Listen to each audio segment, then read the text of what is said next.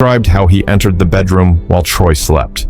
She detailed the $10,000 payment she promised him, and she revealed the motive that made it all worthwhile: a life insurance policy on Troy Wicker worth $90,000. The staged crime scene, the fake bindings, the fabricated assault, everything had been designed to point investigators away from her and toward a phantom intruder who never existed.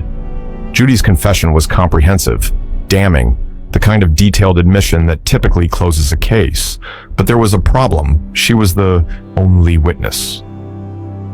The entire case against Tommy Arthur rested on the word of a woman who had already proven herself capable of extraordinary deception.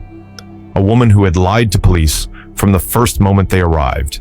A woman who had motive to blame someone else to save herself. No fingerprints linked Arthur to the crime scene. No DNA evidence placed him in the bedroom. The murder weapon was never recovered in his possession. Forensically, the case was hollow.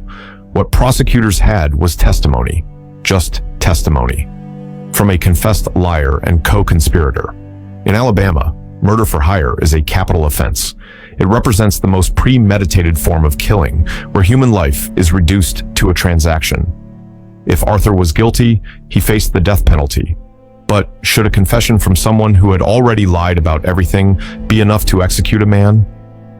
Tommy Arthur was arrested within days. He would spend the next 34 years proclaiming his innocence from behind bars. And Judy Wicker?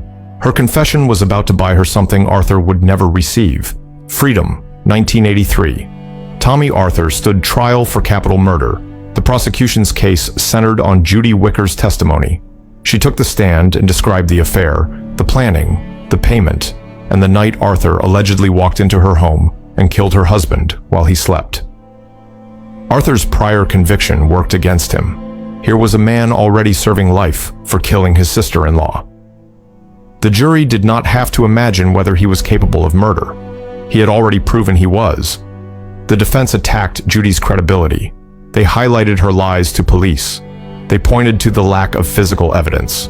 They argued she was the true mastermind, now sacrificing Arthur to reduce her own punishment.